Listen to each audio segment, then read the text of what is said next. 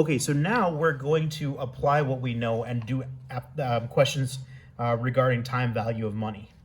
And I'm going to pause from time to time. I've got a mock-up of the TVM calculator here on my second screen, since my phone actually has my calculator on it and I'm recording with it.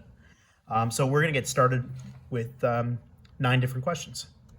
Hey guys, I am Deric. Welcome to my channel. In this video, we are going to discuss some application questions of time value of money. Question number 1. Deposits to accumulate a future sum. Suppose you want to buy a house 5 years from now, and you estimate that the down payment needed will be $30,000. How much would you need to deposit at the end of each year for the next 5 years to accumulate $30,000 if you can earn 6% on your deposits? For this question, the down payment, $30,000, is the money that you need after 5 years, so it is FV. Using financial calculator, set annually compounding, and set end mode. Then key in FV equals 30,000, N equals 5, IY equals 6. Last step, press PMT. You will get the answer. Okay, so let me break that down a little bit. Basically, this is asking you, so you need to accumulate a specific sum over a specific period of time. And so they're asking you, how much must you deposit each year to get to that sum? So At the end of each year. yes, at the end of each year to get that sum. We'll get into that because you're correct. So that's essentially going to be an ordinary annuity payment question calculation. And what you're given is you're given the future value, FV, that you'll plug into your TVM calculator. And then you're also given the annual rate and the number of periods. Then once you plug all that into your TVM calculator, you can solve for the amount that you must pay each year at the end of the year in order to get to your future value. Now remember, you also do have to make the mode the end mode because this is an ordinary annuity and not an annuity due.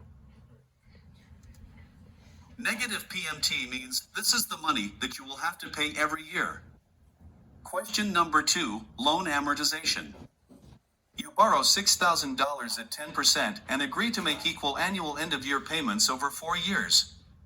To find the size of the payments, the lender determines the amount of a 4-year annuity discounted at 10% that has a present value of $6,000.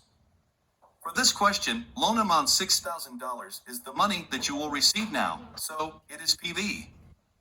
Using financial calculator, set annually compounding, and set end mode. Then key in PV equals 6,000, N equals 4, IY equals 10. Last step, press PMT. You will get the answer. So to break this down, this is another annuity-based question. And basically this is asking, well, you need to pay back a loan. So how much must you pay back each year at the end of the pay period, not the beginning of the pay period, in a fixed amount of time that is given. Since it's an annuity payment, in this case though, you don't have FV, you have the present value, PV. You also have the annual rate, so you'll have PV, you'll plug that in. You'll plug in the annual rate, and then you also got the number of pay periods as well. You'll want to set it to end mode because again, the loan payments are coming out at the end of each pay period. And since the compounding is still annual, we're still going to keep that the same as well. So how much will you have repaid at the end of this loan term? So you borrowed $6,000, right? For a period of 4 years, that's 10% a year. Per year. You're paying $1,892.82 every year at the end of the year. How much will that loan end up costing? So that actually, good question you asked, because they usually have a loan amortization schedule to specifically show that, and that's coming next. I do this. That's part of my business. Negative PMT means this is the loan payment that you will have to pay every year. This table is a sample of a loan amortization schedule. Loan payment will be the same for every year. Interest is calculated based on the beginning of year principal times 10%. Principal payment can be calculated by taking the loan payment minus interest. For end-of-year principal, it is calculated by taking the beginning of year principal minus principal. Year 1 principal balance will be carried forward to year 2 beginning of year principal. Question number 3, wait, hold on. monthly. Let me go back to that for a second, just to make sure I've unpacked that. So A loan amortization schedule explains why you have to pay more overall than just your present value in order to pay off the loan. It's basically you are fighting to pay down the compounding interest and the principal at the same time. And so the schedule will show you the principal and the loan payment and the amount of loan that payment that is going to paying off the interest. Now, once you've paid off the interest, you can chuck the remaining amount of the loan payment to pay off a portion of the principal. And at the end of the year principal then becomes the beginning of the next year's principal. Question number 3, monthly housing loan payment. If you borrow $100,000 at 7% fixed interest for 30 years in order to buy a house, what will be your monthly housing loan payment? For this question, loan amount $100,000 is the money that you will receive now, so it is PV. Please take note, this is a monthly compounding question. Using financial calculator, set monthly compounding and set end mode. Then key in PV equals 100,000, IY equals 7%, N equals 30 times 12 is equal to 360. Last step, press PMT, you will get the answer. So to break this down, this is again an annuity-based question, but the issue here is we're going monthly for this instead of yearly for this. And so as a result of that, we are given the present value. We're also given the fixed interest rate. But in this case, the periods, you cannot say that the period is 30 for 30 years because you're making monthly payments. And so you have to multiply that 30 by the 12 to get the total number of payments, the end number. Then you can plug it into your TVM calculator. You've got your PV, you've got your I sub Y, which is going to go into the annual rate. And then you've got the periods that you calculated, that's your N. And then click the PMT to get how much you pay per month in order to pay off this housing loan within 3 years. I'm sorry, 3 years, 30 years. Negative PMT means this is the loan payment that you will have to pay every month. Question number... Oh, I almost forgot one very important thing. If you're going to do that, switch on the TVM calculator from annually compounding to monthly compounding. That's a very important step. Don't skip that step. 4. Growth rates.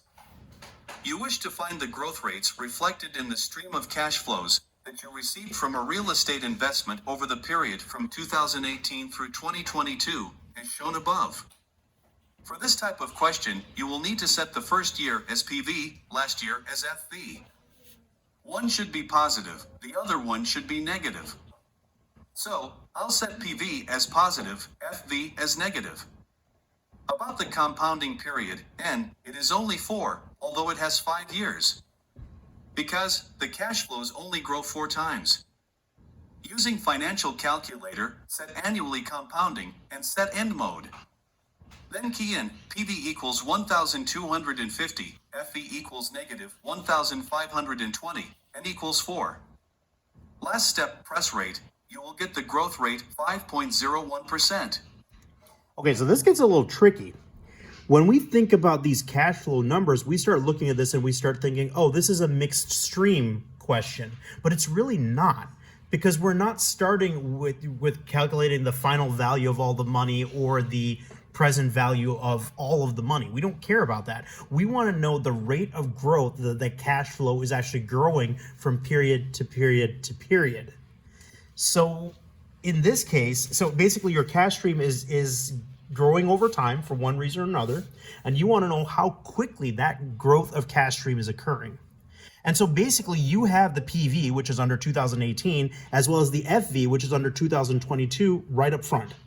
Now, one must always be negative and one must always be positive, because remember, since PV and FV assess what happens to the money, you have to put the money someplace in the beginning. Either it comes to you or it goes away from you, and then it has to come back to you or go away from you at the FV, and it has to do the opposite thing. So basically, you put the money in, and then you take the money out at the end of FV, or you get the money, you hold on to it, and then you had to give it back at the end of FV. So one is always positive and the other is always negative.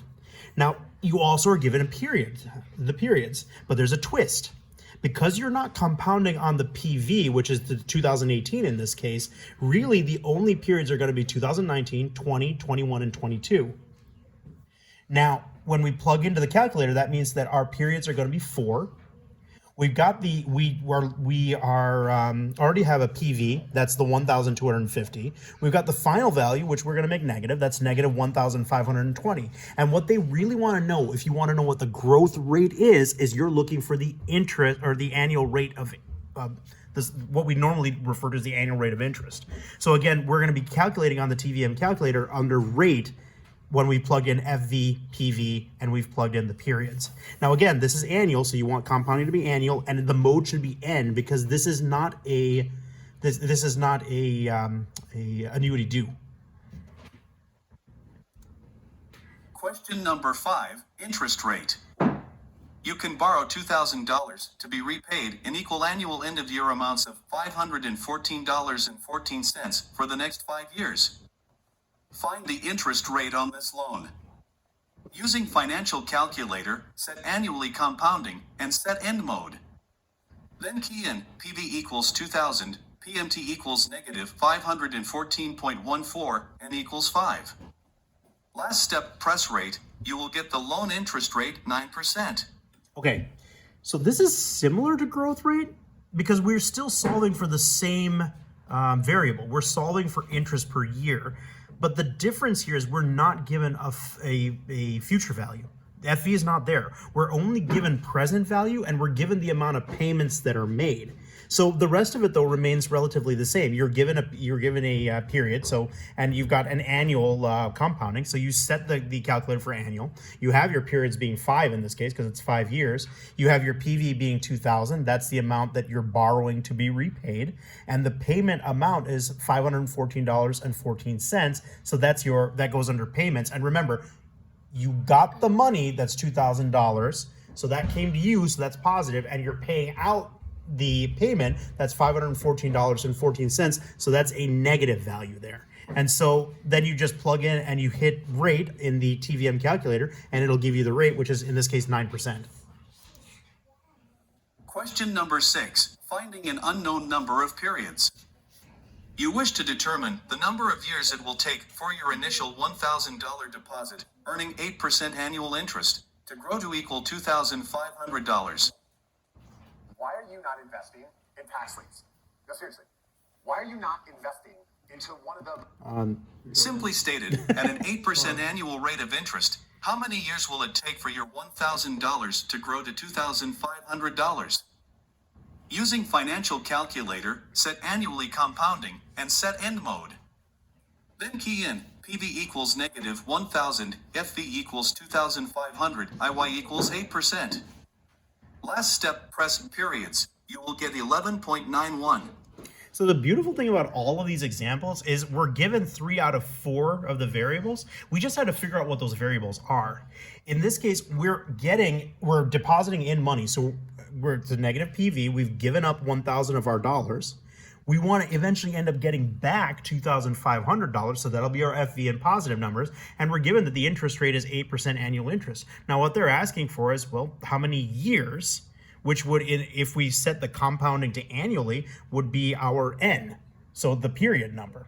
So all we're solving for in this case is periods once we know the interest rate, the future value, and the present value. This means it will take about 12 years to grow your money from $1,000 to $2,500, based on 8% interest rate. Question number 7, retirement fund. After graduation, you plan to invest $400 per month in the stock market. If you can earn 12% per year on your stocks, how much will you have accumulated when you retire in 30 years' time? Using financial calculator, set monthly compounding and set end mode. Then key in PMT equals negative 400, IY equals 12%, N equals 30 times 12 is equal to 360. Last step, press FV. You will get the answer. So to unpack this, essentially you want to know when you retire, how much money you're going to have. But what you're doing here is you don't really have a present value. You instead have a payment. So you're paying $400 per month. That's going to be your payment amount, or negative 400, and you're putting it in the stock market. You're getting a beautiful rate of return of 12% per year on your stocks. So that's going to be your interest rate. And then you have to set your periods. So it's going to be 30 years. But remember, we're doing monthly investing. So it's actually going to be 30 times 12 to get 360 for your number of periods. Now all you have to do then is put that into the calculator here. You go put in the payments where it belongs. The interest rate goes into annual rate percent, and then the end number is going to be 360 under periods, and then essentially click your future value, and that's where you'll get the answer. Now remember, again, it's on end mode because this is not an annuity due, and you've got to also make sure that you set your compounding to monthly instead of annually in order to make sure you get the right amount. This is the sum of money that you will have accumulated after 30 years' time. Question number 8, retirement fund for specific purpose. Upon retirement, your goal is to spend 5 years traveling around the world. To travel in style will require $250,000 per year at the beginning of each year. If you plan to retire in 30 years, what are the equal monthly payments necessary to achieve this goal? So this looks like a mess, but this is actually a two-part question. And once you realize it's a two-part question, and once you realize one key principle, it actually becomes quite easy. And that key principle is that the future value of savings becomes your present value of spending. So let's see about this, and then I'll unpack this. The funds in your retirement account will compound at 10% annually. To better analyze this question, you'll need to draw a timeline. As shown here, before year 30, you'll be working and saving money. On year 30, when you retire, you will start traveling around the world. In order for you to have that amount of money to travel, you need to save first. A very important idea here, your FV of saving must be equal to the PV of spending. So, what you spent is what you saved. Go to the first step to get the PV of spending. Using financial calculator, set annually compounding and set beginning mode. Then key in PMT equals negative 250,000 and equals 5, IY equals 10. Last step, press PV. You will get $1.042 million. So the idea here is that after you get your money back from the years of saving and investing, you will be spending X number of years spending Y amount of dollars per year at the beginning of each year. So this is an example of an annuity due, not an ordinary annuity calculation. So to get this part of the problem, we need to solve for PV, your present value, which is going to be the value of money that you get at the end of your investing and saving and at the beginning of your spending. You know what your variables are. So you know what your payment is. You're going to be paying $250,000 a year to go traveling. The period is going to be over a course of 5 years. But remember, you have to account for annuity due, meaning that you have to place the mode into beginning mode to add that extra payment, that extra compounding period. And then you're also given the interest rate. In this case, the interest rate, let's see here, is 10% annual. And so that's how you can solve for your P sub V, or your present value. Now remember that very important rule, the present value of spending is the future value of saving. So now that we know what the present value of spending is, we can figure out how much do we need to save per month in order to get to that present value of $1,042,466. Calculator, set monthly compounding, and set end mode. Then key in FV equals 1.042 million, and equals 30 times 12 is equal to 360, IY equals 10. Last step, press PMT. You will get the final answer. So the idea here is you need to know how much you need to pay into your savings account or your investment account in order to get to $42,466 at the end of 30 years. Per month, how much you have to put in. So your F sub V is now known to you. That's the amount that we calculated was our P sub V. Your N is going to be 30 years times 12 because you're doing monthly payments. And your interest rate, your annual interest rate is going to be 10% interest rate. So remember, you now have to switch the mode back to N mode because we're not doing an annuity due at this point. You now also have to set compounding from annually to monthly because you're putting in monthly payments, and then you can plug the rest in and then calculate payments in order to get $461.17 per month to get to your goal. This is the amount of money that you have to save every month in order to achieve your goal after retirement. So, around $460 monthly saving, it seems to be achievable. Last question, savings for specific purpose. You plan to start pursuing master's degree 5 years from now. You'll have to pay tuition fee at the beginning of every 3 months for $3,000. Your study will take 2.5 years to complete. If you start depositing money into your bank account every month, how much should you deposit monthly? Assume an interest rate of 6% applied. We hold the same principle, FV of saving equals to PV of spending. So, what you spend is what you saved. Go to the first step to get the PV of spending. Using financial calculator, set quarterly compounding and set beginning mode. Then key in PMT equals negative 3,000, IY equals 6, N equals 2.5 times 4 is equal to 10. Last step, press PV. You will get the answer, around $28,000. So just to break that down, this is again another two-parter. We are making payments every 3 months, so that's quarterly in a year. This is the payment is at the beginning of the period. So this is an example of an annuity due question. And so you have to set mode to beginning. The payment that you're making is $3,000. It's got a negative value because you're giving that money up. The interest rate is that 6%, so that's your I sub Y, or in the case of the financial calculator, the annual rate percent. And the end number, remember, we're doing 4 payments per year. So if we're paying over 2.5 years, it's 4 times 2.5 or 10. Then you just plug in and you hit the button for present value to get your present value, which then will become the future value of the second part of this question. This is the PV of spending, and also the FV of saving. So we may set the same amount of money as FV in the next step. Using financial calculator, now set monthly compounding and set end mode. Then key in FV equals the PV that you just calculated, IY equals 6, N equals 5 times 12 is equal to 60. Last step, press PMT. You will get the final answer. So the idea now is that this is not an annuity due type question. This is an ordinary annuity based question because we're going to be making payments on a monthly basis that's going to be the same amount of money. So you have to set the mode to end mode. You have to set the compounding from annual to monthly, or in this case, we're going to move it out of quarterly to monthly. You've got the F sub V, which was your previous P sub V. Your interest rate is still 6%, so that's still applied. And the end number, in this case, you're doing monthly payments. So even though it's over 5 years that you're going to be able to throw that money to get to that master's degree, it's 12 times 5 or 60 for the period. That you plug in for the payment and you get the exact amount of payment that is due each month. This is the amount of money that you have to save every month in order to achieve your goal for pursuing master's degree. Alright, that's all for this video. Thanks for watching. See you in the next one. Bye.